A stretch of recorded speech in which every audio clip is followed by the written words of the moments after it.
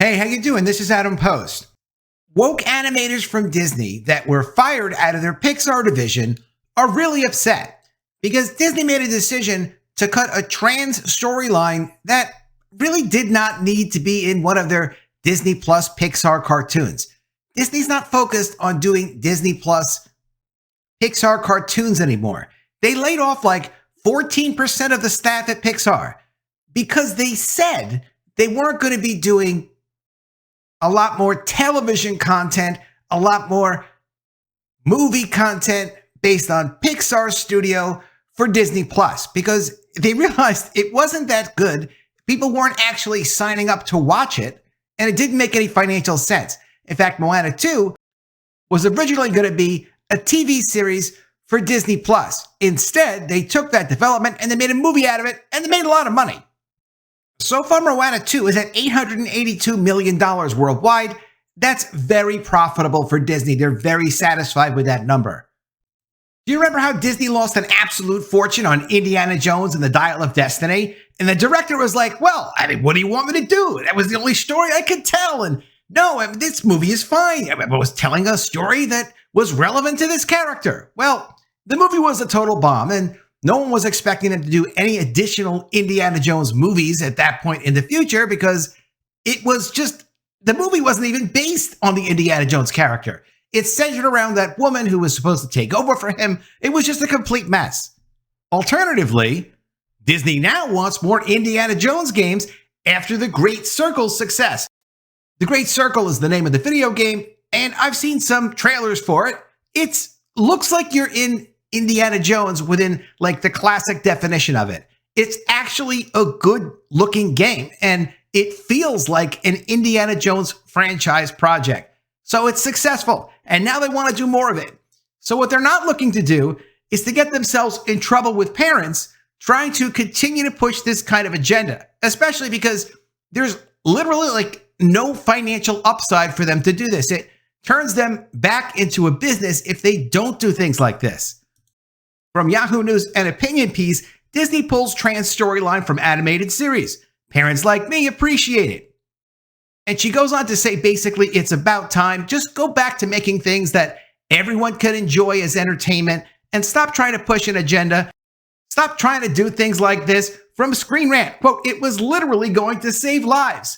Disney's removal of transgender storyline from 2025 Pixar show candidly addressed by fired studio employees. That's what they're saying. They could have saved lives. Now they're taking people's lives, all because of money. That is what they're saying. From Collider, Disney has decided to spend money to not save lives. Pixar collaborators criticize the removal of a trans storyline in Win or Lose. That's the name of the cartoon. And you'll notice these are the Pixar employees that got laid off and fired when Disney said they weren't going to be doing nearly as much content with Pixar, so they didn't need all of these people. In May 2024, Pixar laid off 175 employees, about 14% of its workforce, which is nearly like literally 1 in every 6 people at a company. And some of them clustered in specific departments. So that's like a massive, massive layoff and flushing out of the people that are troublemakers that they don't want there. Troublemakers like this. Troublemakers like people who contributed to this article in The Hollywood Reporter. Ex-Pixar staffers decry Win or Lose trans storyline being scrapped. Quote, can't tell you how much I cried. Well, we don't want anyone to cry. We want everyone to be happy. But it's time to kind of come back to reality. The company is going to do what makes the company money. And the company, even with streaming, with billions of dollars, all kinds of resources, they're going to still have to do the kind of things that people like make more Indiana Jones games and not more failure Indiana Jones movies that nobody wants to see because you're trying to tell the world they should forget about a character that they love and follow some other character that's completely uninteresting, destroying the franchise. We'll go ahead and we'll check out the Indiana Jones video games if that's the only way you guys know how to tell the story. Back to The Hollywood Reporter, one consultant on the episode says the company is asking someone to play someone they're not by changing a character voiced by trans actress Chanel Stewart to cisgender. Cisgender, we mostly consider a slur. the people that they're referring to who are just regular, straight, normal people. We don't like that term. We don't need to be redefined by anyone. Regardless of what other people want to do, it's essentially go live your life and stop trying to redefine me in mainstream terms that I have no interest in participating in. I'm not going to go naming other people. They don't need to go naming me. Some of the creatives who helped shape the transgender storyline for the Pixar series Win or Lose are mourning its loss after The Hollywood Reporter broke the news last week that the character at its center will now be portrayed as a regular person. Quote, "It's hardly surprised me, but it devastated me," says Sarah Ligatek, former Pixar assistant editor who consulted on the episode. I actually did a story that did feature more on Sarah Ligatek in the past when she was fired in the past. Sarah Ligatek is trans, can be whatever gender they want to be. It's none of my business. But just as a quick update, Sarah is not working professionally anymore since having been laid off from Pixar. Don't contact Sarah, there's no need to, but just looking at somebody's LinkedIn, you can kind of look at what their job situation is, and they recently created a new consulting business to be their own boss, which is great, and good luck with that. But Sarah Ligatek was laid off back in May, although her LinkedIn says something a little bit different about her experience. Sometimes people do like to kind of mix around their experience a little bit, and some people do that. I don't know. I'm not the supervisor at Pixar to tell you exactly when Sarah Ligatek left the company, but according to articles in the past where Sarah specifically saying they were pushed out of the company, Sarah was not at the company up until October 2024. That's another whole story. Let's leave that issue alone. I'm not going to doctor my resume. I know that much. And I don't recommend you do. Try to play it straight when it comes to your resume. Sometimes people actually go look at those dates and things. Sarah then went on to say this, which when you're looking for work, this might not be a good thing to say. Quote, let me just be specific. I was being a little sarcastic. This is not a good thing to say. Don't ever speak badly about your former employer, even if you want to push an agenda or make yourself feel better. It's not a good thing to criticize your former employer because you know why? When you're sitting in front of your future potential employer, they actually hear that. They actually like paying attention to what you say. And they're looking for the context of what you say. And if you say bad things about your former employer, then you're going to say bad things about me. If it's justified for you to say bad things about your former employer, that still doesn't matter because that's for you to think about. The new employer isn't thinking that way. They just don't need their reputation damaged by giving somebody a business opportunity and then having them turn around and talk smack about the people who gave them that opportunity and gave them that money. So don't do this. Quote, "For a long time, Disney has not been in the business of making great content. They've been in the business of making great profits. Even as far back as 2 years ago, when I was at Pixar, we had a meeting with then CEO Bob Chapek, and they were clear with us that they see animation as a conservative medium. So it took 2 years or so to work these people out of their system. That's how bad it got at Disney. And I'm not saying Disney is to be loved and respected right now. They have a lot of proving themselves to do, and they haven't gotten there yet. But clearly, it is not that easy to get rid of troublemakers, and now they finally did at least get some of those troublemakers out of the company. As reported, Win or Lose, focusing on a middle school co-ed softball team called the Pickles, with a voice cast including Will Forte as coach, is scuttling a storyline involving a character named Kai expressing their trans identity. A spokesperson for Disney, which acquired the acclaimed animation studio in 2006, said in a statement that, quote, "Many parents would prefer to discuss certain subjects with their children on their own terms and timeline."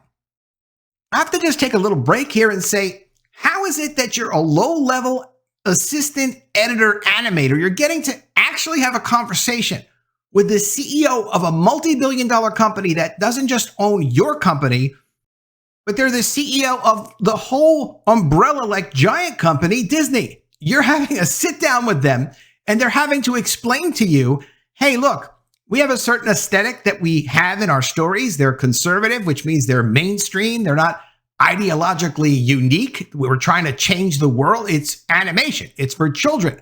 Of course, it's going to be like down the middle mainstream. You have the opportunity to actually meet and talk to that person and not let them straighten you out and tell you, look, okay, this is what you need to do. And then you could say, oh, thanks for taking the meeting. I'll follow what you say, boss. This is why you're not working at the company if you do things like this. If you ever get to talk to the CEO of the company, listen to what they say. And if you're going to take up their time, make sure that you follow what they say and then thank them for the opportunity and then go have a career. Because otherwise, it's all a dead end. You're not going to get anywhere. The Hollywood Reporter spoke to multiple former Pixar staffers who expressed their sorrow and dismay at the company having axed this storyline. One also noted the apparent irony of the Disney statement, given that the company's animated films are known for including such adult themes as the death of a parent, like Bambi the Lion King, or substance use, Alice in Wonderland, Pinocchio. Did you ever think of that in terms of death of, yes, that's in the Bambi storyline and it's a little bit dark, but whatever. I mean, it's like, that is just, it's actually Bambi. This isn't Bambi. None of these ideologically themed stories that they've done and movies that they've done have ever been memorable or important. They're not actually saving anyone's life as near as I can tell. And they're certainly not going to last the test of time. That's a big problem, and that's why they had to stop it. Even movies that are very expensive to make, if they are timeless, if they do last the test of time, if they're still getting views and interest like decades on, even things from the 1990s, like the original Lion King, the original Mermaid, that are still a big part of iconic history. No matter how much Disney spends on making something like that that's a classic, or any movie company spends on making classics, there's tremendous value in it, and it more than pays for itself time and time again. That's why, they know what they're doing when they're saying, this is what we're supposed to do. They just got way off track. Of particular frustration was the episode of the Win or Lose Pixar cartoon having already been completed, meaning that adjusting the story elements requires the team to scramble to be ready for the February release, not to mention that this brings added pressure.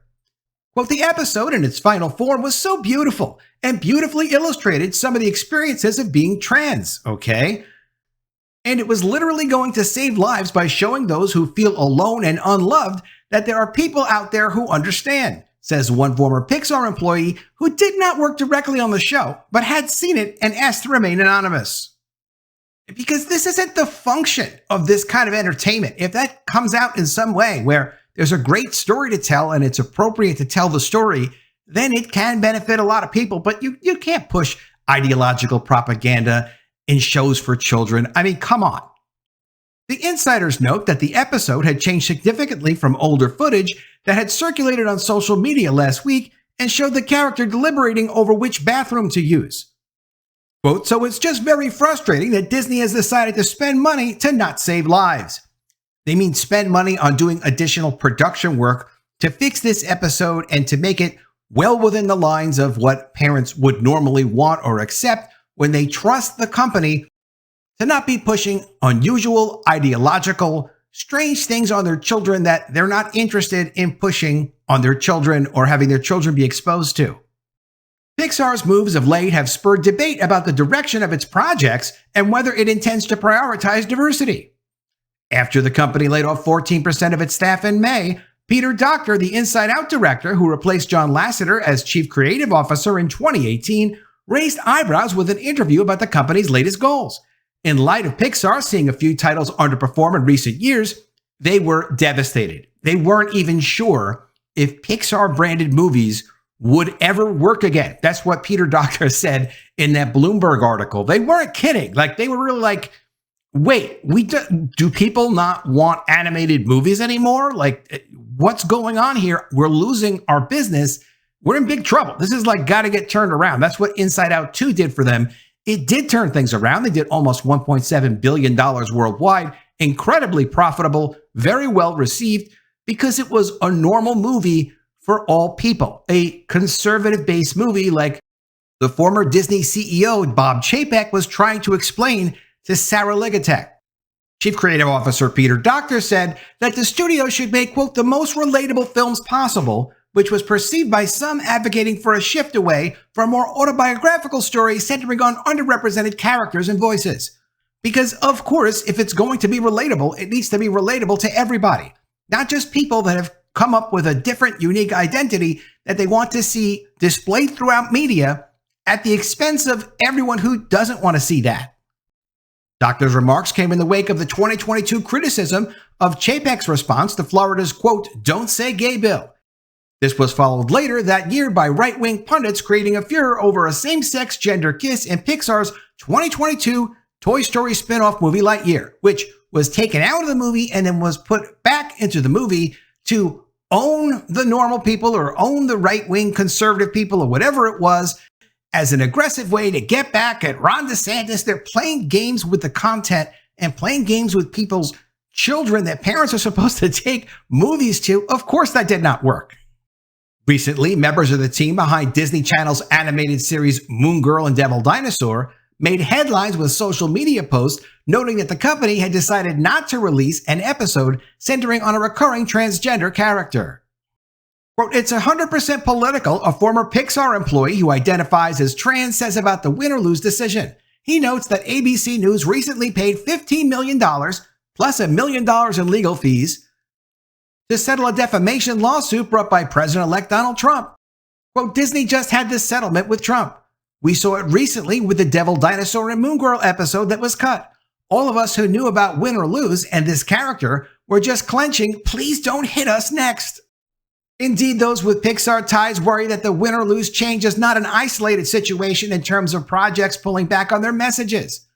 Disney CEO Bob Iger said in April, quote, "The bottom line is that infusing messaging as sort of a #1 priority in our films and TV shows is not what we're up to. They need to be entertaining, and where the Disney company can have a positive impact on the world, whether it's, fostering acceptance and understanding of people of all different types, that's great." According to a former Pixar artist, a lot of former Pixar people, notice that? The team behind Hoppers, the 2026 John Hamm-led Pixar film focusing on a human and beaver who swap bodies, was forced to downplay its planned message of environmentalism. Quote, "Unfortunately, when you have to have your whole film based around the importance of environmentalism, you can't really walk back on that," says the artist who worked on the movie.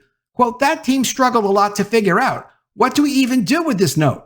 You cancel the movie and then just go on and make something people actually want to see. It's pretty straightforward." Another title that turned heads internally was the forthcoming original feature Elio, centering on a boy who teams up with aliens. It had initially been slated to hit theaters in March, but saw its release date pushed to summer 2025. Initial Elio director Adrian Molina, who is a gay man, departed the film earlier this year. The movie has nothing to do with Elio being gay as far as I know. Doctor has stated that Molina, who will receive a director credit, moved to a different Pixar project. In the meantime, Pixar released Inside Out 2 in June, en route to it becoming the year's highest-grossing film. Laurie Tech, who is trans, recalled feeling welcomed and valued during their 2.5-year Pixar tenure before being laid off in May 2024. We were just talking about this. According to the old LinkedIn, though, it says October 2024. Now, I'm not hiring this person. It's really none of my business. It's just good to know that I do have an eye for detail. Laurie Tech has been in contact with members of the Win or Lose creative team, including executive producer David Lally, following Disney's decision to excise the storyline for teen trans actress Chanel Stewart. Laurie Tech also expresses frustration that the show has been completed for quite some time and saw its release date delayed multiple times after the initial launch was set for a year ago. Quote, "I can't tell you how much I cried yesterday thinking about a conversation that David had to have with Chanel." According to Laurie Tech, not only are you asking someone to play someone they're not, but also to get them to wrap their mind around a political conversation that is just so beyond them, according to Laurie Tech. Quote, "They had this story in the can for 2 years, so they could have released it in a Biden presidency, and they chose not to." For her part, Stewart has said she was very disheartened about her retooled character. I don't know what releasing this episode in a Biden presidency would have actually done, but I'll just continue. Laurie Tech says she knows artists who do not want to work on the Win or Lose episode in question, though insiders note that staffers were given the option not to work on the episode. So far, nobody has taken the company up on the offer. People just want to have a job these days. They know they can't just push whatever their agenda is at work instead of just literally just do your actual work. animators have to worry about AI right now. They just signed a new union deal, but it didn't really deal with AI to protect their jobs. Animators don't have the problem that they can't push their ideological agenda enough in other people's work. The problem is AI is going to be replacing so much of what animators do in just like a year or two. It's coming down the pike so fast, but unfortunately, it's going to be devastating for animators. Whether other animation studios will follow Pixar's lead in potentially limiting queer storylines and other aspects of diverse or potentially polarizing storytelling remains to be seen. Because of this, one of Ligatech's fellow Pixar cast-offs is working to launch an independent animation studio to encourage underrepresented voices. Well, that should be easy as long as it is a business and you're not just trying to push propaganda. Ligatech believes that there's a market for such animated stories at places like Netflix, which may not focus on creating LGBT content, but has made some noteworthy acquisitions in the space. Quote, Netflix is more than happy to host content that tells authentic LGBT stories, according to Ligatech. Netflix earned an Oscar nomination this year for its acquired title Nimona. That film, praised as a trans allegory, had previously lost its home when the Disney-acquired Blue Sky Studios, acquired from Fox, was shut down in 2021. Quote, that's really how it's going to go moving forward, is you're going to see a lot of indie studios pop up to tell stories. Well, if it's good content, people will buy it, but if it's polarizing, then why would anyone want it? Because people don't want to be polarized. It's like going to the restaurant and saying, well, I'd like to come in and have a sandwich, or I'd love a pizza, or give me a great steak over here. And then they were like, well, look, let's have an ideological conversation. Are you sure you want steak? Why don't you have a vegan version of steak? Well, I don't even know if there is a vegan version of steak. But if there is, I'm not interested in it. And that's my business. And look, I'm at the restaurant. Would you please just serve me some food that I like, that you're known for? And the answer is maybe. If you went to the right restaurant, you're okay. If not, there may be some people that have an ideological agenda that want to force you and your family and your children to eat that vegan steak, even if you have absolutely no interest in it. Let me know what you think of all this in the comments below. Always love to see our ideas. Please be sure you are subscribed to the channel. Click the bell for notifications, give me a thumbs up, and I'll see you again soon with another story. And if I don't see you, I will miss you.